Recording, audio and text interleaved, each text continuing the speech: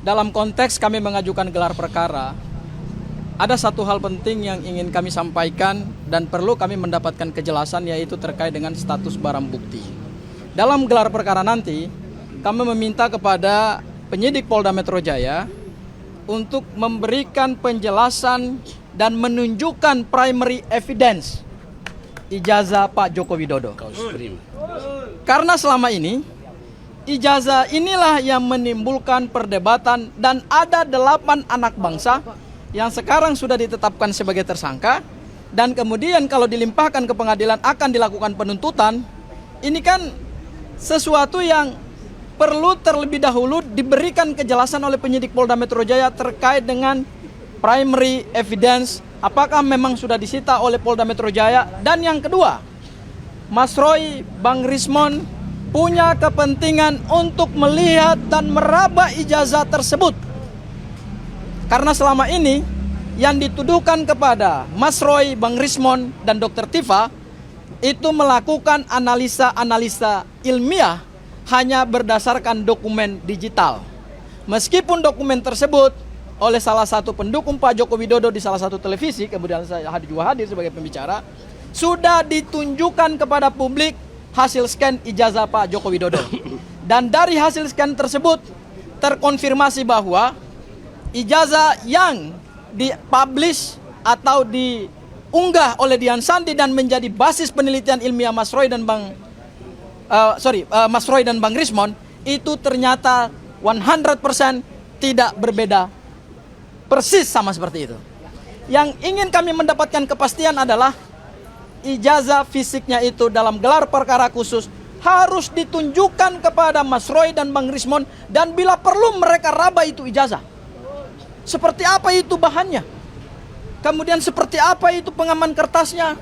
Seperti apa itu lintasan stempelnya? Seperti apa itu fotonya? Itu poin penting yang akan kami mintakan dalam gelar perkara khusus. Itu aja barangkali yang bisa saya sampaikan. Atau gemar melakukan kriminalisasi.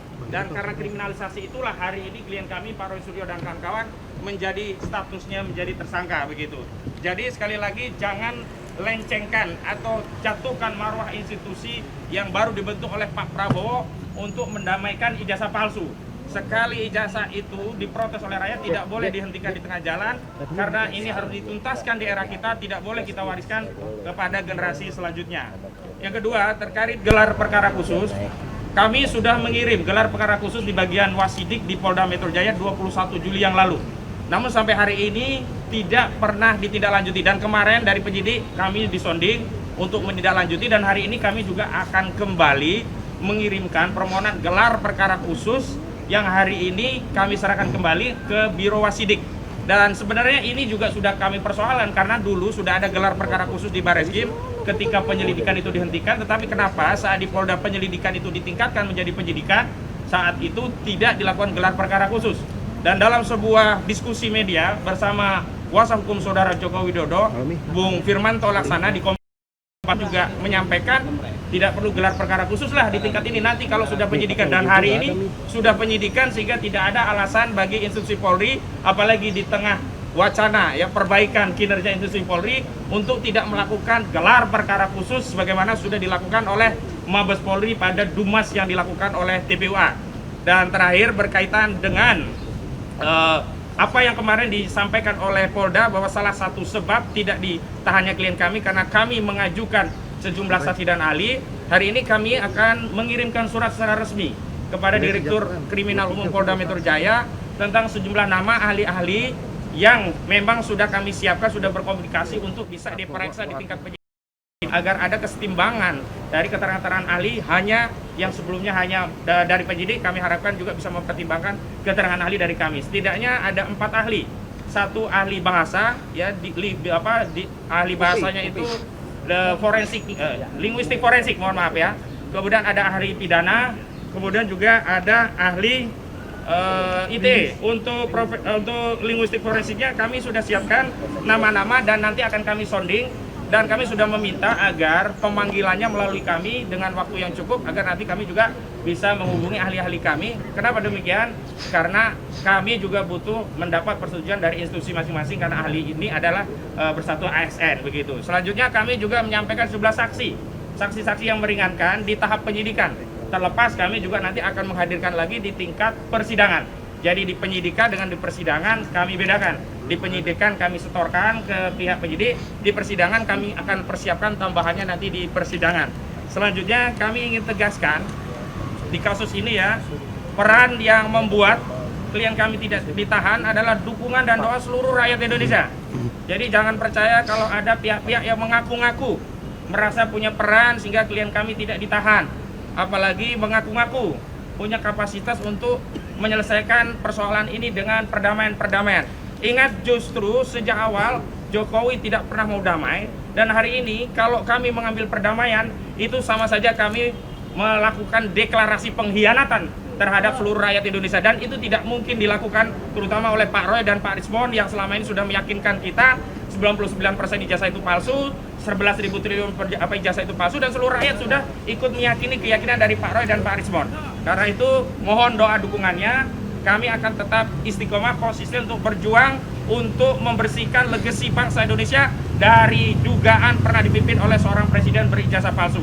Nah, dalam kesempatan hari ini karena klien prinsipal juga kami ada, kami mohon tanggapannya pertama dari Pak Roy, yang kedua dari Pak Rismon. Silakan Pak Roy. Baik, terima kasih. Jadi jelas ya teman-teman. Assalamualaikum warahmatullahi wabarakatuh.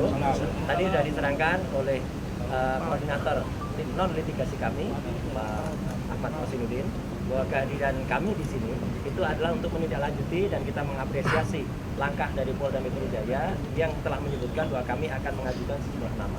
Sejumlah nama itu penting, karena apa? Satu ya, misalnya ahli ITE, informasi dan transaksi elektronik dengan Undang-Undang Nomor 11 Tahun 2008, kemudian sudah direvisi menjadi Undang-Undang Nomor 19 Tahun 2016, terakhir direvisi Nomor 1 Tahun 2024, itu sudah disusun oleh orang-orang yang mengerti undang-undang. Dan yang akan kami ajukan ini adalah orang yang ikut menyusun Undang-Undang Informasi dan Transaksi Elektronik, pernah menjadi bagian dari pemerintahan selama belasan tahun ya, bahkan mungkin puluhan tahun. Jadi bukan sekedar orang, katakanlah dia dosen di sebuah kampus, kemudian dia membaca Undang-Undang ITE, dia menerjemahkan sendiri Undang-Undang ITE. Jadi kalau hanya itu, banyak orang yang bisa membaca dan menafsirkan, dan kemudian jadi salah. Salahnya apa? Kemudian ada pasal 32, kemudian ada pasal 35 yang tiba-tiba ditimpakan atau diselundupkan kepada saya, Dr. Rismon, dan juga mungkin kepada teman-teman yang lain. Itu adalah pasal yang salah, karena berulang kali pihak sana mengatakan, kan ijazahnya analog. Iya, pasal 32, 35 itu tentang dokumen elektronik, gitu loh. Jadi salah besar, bukan analog. Jadi dari situ yang salah. Kemudian ahli linguistik, ahli bahasa, itu juga sudah punya sertifikat, baik nasional maupun di atas itu. Jadi benar-benar ahli hukum pidana. Anda sudah berulang kali menjadi ahli pidana di berbagai kasus, berbagai hal, bukan yang hanya langganan di depan BAP. Ya, jadi kami lihat ahli-ahli yang mereka lakukan itu satu, ya, tidak pernah berkualifikasi seperti itu. Hanya bisa membaca undang-undang, bukan pembuat undang-undang. Jadi nggak bisa dong menafsirkan undang-undang. Saya kebetulan yang membuat juga, tapi karena saya dalam hal ini yang diajukan statusnya menjadi tersangka, maka saya nggak bisa. Tapi yang di atas saya inilah orang yang bersama-sama saya dulu, ya, yang dulu ikut dan dia di sisi pemerintah, saya di sisi individu. Jadi saya kira itu ya, clear anunya apa agenda kita hari ini. Sekaligus juga kita mengajukan gelar perkara khusus untuk supaya apa? Kasus ini supaya terang benderang diketahui oleh masyarakat dan lainnya. Dan sekali lagi saya ingin menyampaikan terima kasih kami kepada semua pihak yang sudah ikut membantu membersamai ibu-ibu, mak-mak, teman-teman tokoh-tokoh aliansi independen ya, dan juga lawyer terutama yang di bawah koordinasi Pak Petrus Celestinus dan juga Pak Ahmad Kosinuddin. Saya kira itu ya, mungkin akan disambung oleh Bang Rismon. Silakan. Ya, silakan, oh, satu lagi dikit. Semalam ada satu acara, saya nggak nyebut TV-nya ya, yang ada seseorang yang tanpa kualifikasi yang jelas ya, menjelaskan tentang VGGNet, menjelaskan tentang ArcFace, menjelaskan tentang FaceNet. Waduh, itu seperti anak kecil yang barusan dapat kuliah sehari, kemudian dia nerangin. Dia nggak bisa nerangin kayak itu, kualifikasinya apa gitu loh. Dan pada acara lain sebelumnya, acara yang dipandu oleh Bang Karni, udah saya bantah itu semuanya. Hanya sayang semalam itu saya kebetulan ada di, bukan, ada kebetulan di TV lain, gitu loh. Jadi jam yang sama, waktu yang sama, jam waktu yang sama. Harusnya saya juga ada di situ, karena itu geser harinya, bukan pada hari biasanya. Maka komitmen saya pada TV yang lain tersebut saya lakukan. Jadi jelas ya, kalau ada orang yang menerangkan tidak dengan kepandaiannya, tidak dengan keahliannya, lah itu sama aja omong. Dan satu lagi yang pasti, Apapun ijazah yang ditampilkan, tetap tidak ada lintasan stempelnya. Semalam dia ditanya, lintasan stempelnya mana?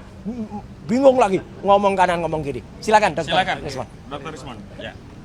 Tentang apa ini, Bang? Ya, hari ini. Ya, hari ini kami diwajibkan, ya, wajib lapor tiap hari Kamis. Terima kasih Pak Penyidik, ya. Artinya kami juga kayaknya jadi tahanan kota nggak? Enggak. Oh enggak, ya, enggak, belum.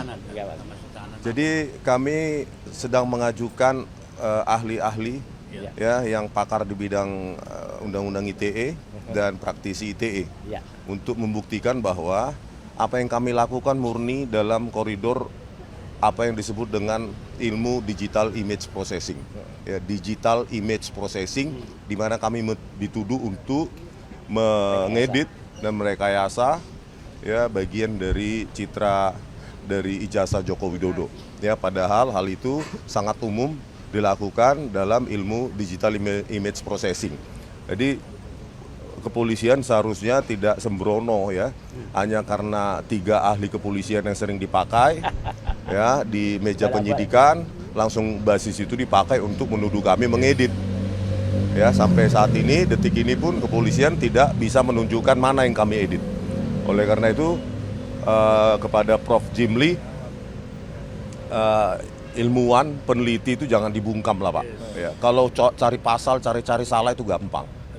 Ya, jadi tolong jaga demokrasi di Republik ini, ya, supaya ke depan, ya, generasi ke depan tidak lagi takut untuk bersuara, melakukan kajian-kajiannya, menuliskan buku dan lainnya, tetapi diancam dengan Undang-Undang ITE 32-35 yang ancamannya sampai 12 tahun. Ini bisa jadi terjadi pada kami dan besok kepada kalian, ya. Jadi kita harus bela demokrasi di Republik ini. Apapun itu kita berhak loh, ya, menganalisa dokumen publik dari seorang pejabat. Oke, gitu ya. Oke. Terima kasih. Oke, Ya, penutup ya. Bang Jahmada